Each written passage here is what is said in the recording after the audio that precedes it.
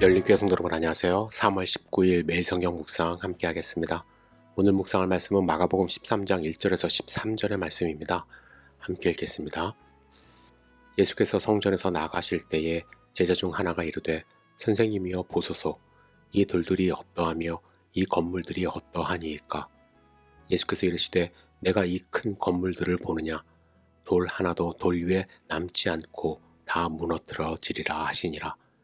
예수께서 감람산에서 성전을 마주 대하여 앉으셨을 때에 베드로와 야고보와 요한과 안드레가 조용히 묻되 우리에게 이르소서 어느 때에 이런 일이 있겠사오며 이 모든 일이 이루어지려 할 때에 무슨 징조가 있사오리이까. 예수께서 이르시되 너희가 사람의 미혹을 받지 않도록 주의하라. 많은 사람이 내 이름으로 와서 이르되 내가 그라하여 많은 사람을 미혹하리라. 난리와 난리의 소문을 들을 때에 두려워하지 말라.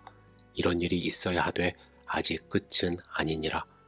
민족이 민족을 나라가 나라를 대적하여 일어나겠고 곳곳에 지진이 있으며 기근이 있으리니 이는 재난의 시작이니라. 너희는 스스로 조심하라. 사람들이 너희를 공회에 넘겨주겠고 너희를 회당에서 매질하겠으며 나로 말미암아 너희가 권력자들과 임금들 앞에 서리니 이는 그들에게 증거가 되려 함이니라. 또 복음이 먼저 만국에 전파되어야 할 것이니라. 사람들이 너희를 끌어다가 넘겨줄 때에 무슨 말을 할까 미리 염려하지 말고 무엇이든지 그때에 너에게 주시는 그 말을 하라. 말하는 일은 너희가 아니요 성령이시니라. 형제가 형제를 아버지가 자식을 죽는 데에 내어주며 자식들이 부모를 대적하여 죽게 하리라. 또 너희가 내 이름으로 말미암아 모든 사람에게 미움을 받을 것이나 끝까지 견디는 자는 구원을 받으리라. 아멘. 제자들이 예루살렘 성전을 보았을 때에 그 건물의 웅장함에 그들은 말문이 막힐 지경이었습니다. 그래서 예수님 이 건물 보십시오. 얼마나 큽니까? 이렇게 예수님께 말한 거예요. 그들이 보는 성전은 이스라엘 역사에서 세 번째로 지어진 성전입니다. 여러분들이 아시는 것처럼 첫 번째 성전은 솔로몬이 7년 동안 건축해서 솔로몬 성전이라 부르고 두 번째는 유다 백성들이 바벨론 포로에서 돌아와서 수룹바벨의 주도로 건축했기 때문에 수룹바벨이라 부릅니다. 그리고 세 번째 성전은 헤롯 대왕의 주도하에 건축되었기 때문에 헤롯 성전이라고 부릅니다. 이 헤롯 성전은 수룹바벨 성전은 돈이 없는 상황 가운데 나무로 주로 지어졌기 때문에 많이 낡았어요.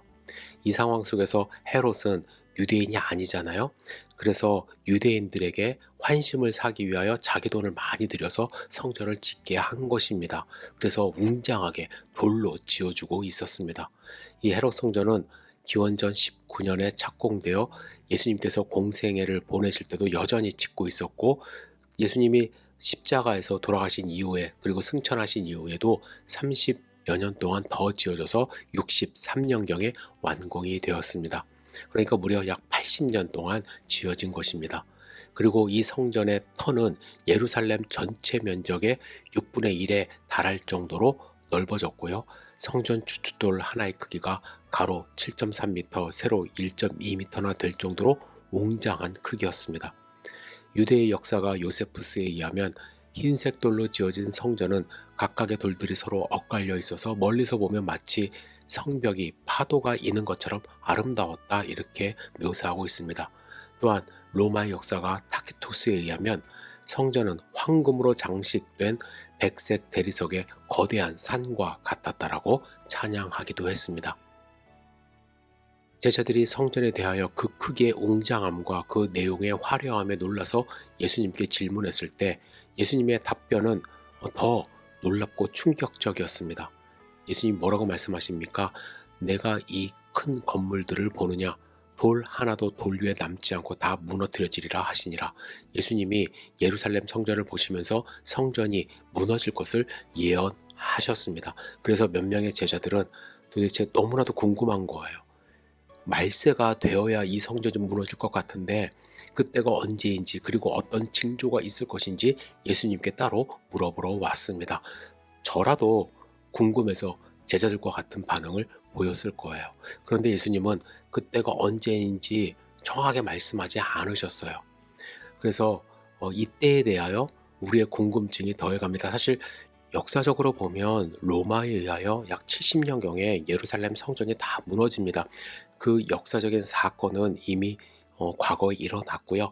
하지만 우리는 이 예수님의 말씀을 통하여 미래가 또 종말이 언제 올지 알고 싶어 합니다. 그래서 예수님의 재림에 대하여 준비하기를 원하는 마음이 있죠. 그죠? 그리고 역사적으로 보면은 이때가 종말이다 라고 외치는 사람들이 많았습니다. 그리고 지금도 몇 년도가 지구의 종말이라고 말하는 사람들이 있죠. 과거에 보시면 뭐 올해가 종말이다, 뭐 1999년이다, 뭐 이런 식으로 얘기하는 사람들이 많이 있었습니다. 이렇게 우리는 알고 싶어 해요. 그죠? 하지만 이렇게 알고 싶어 하는 제자들의 마음, 우리의 마음 아랑곳하지 않으시고 예수님은 그때의 징조를 알려주십니다. 그리고 그 전에 복음이 먼저 만국에 전파되어야 할 것이다라고 이야기를 하세요. 예수님은 제자들에게 때라는 궁금함에 대하여 무엇을 해야 할지 제자들이 해야 할 책임으로 화제를 돌리신 거예요. 저는 우리에게도 동일하게 말씀하신다고 생각합니다. 우리는 언제 이러한 일이 일어날지 보다 지금 우리가 무엇을 해야 할지에 대하여 더 관심을 가져야만 합니다. 우리가 해야 할 일은 무엇입니까? 예수님은 무엇보다도 본문에서 마지막 때에 사람의 미혹을 받지 않도록 주의하라 말씀하십니다. 미혹하다 라는 문자적인 의미는 길을 잃다라는 뜻입니다. 미혹을 당하게 되면 시대를 바르게 읽을 수 없을 뿐만 아니라 바른 가치관을 갖고 살아갈 수 없이 길을 잃게 됩니다. 특별히 이단이나 사이비에 영적으로 미혹을 당하게 되면 자신이 잘못 알고 있다는 사실을 인정하지 않으려 하기 때문에 더욱더 바로 살아갈 수 없고 하나님으로부터 멀어질 수밖에 없습니다. 그리고 마지막 때가 다가오면 다가올수록 믿는 자들의 길을 잃어버리게 할 수 있는 일들이 너무나도 많습니다. 주변에 미혹하게 하는 사람들이 미혹하게 하는 일들이 너무나도 많아요. 이렇게 미혹하는 자들에 대하여 현혹당하지 않으려면 중요한 사실이 있습니다. 내가 가는 길이 어떤 길이고 그 목적지가 무엇인지를 분명히 알아야 길을 잃어버리질 않아요. 여러분 내비게이션 켜고 가다가 길 잃어버리신 적 있습니까? 내비게이션만 믿으면은 우리는 쉽게 현대 문명에서도 길을 잃을 수가 있어요. 그죠?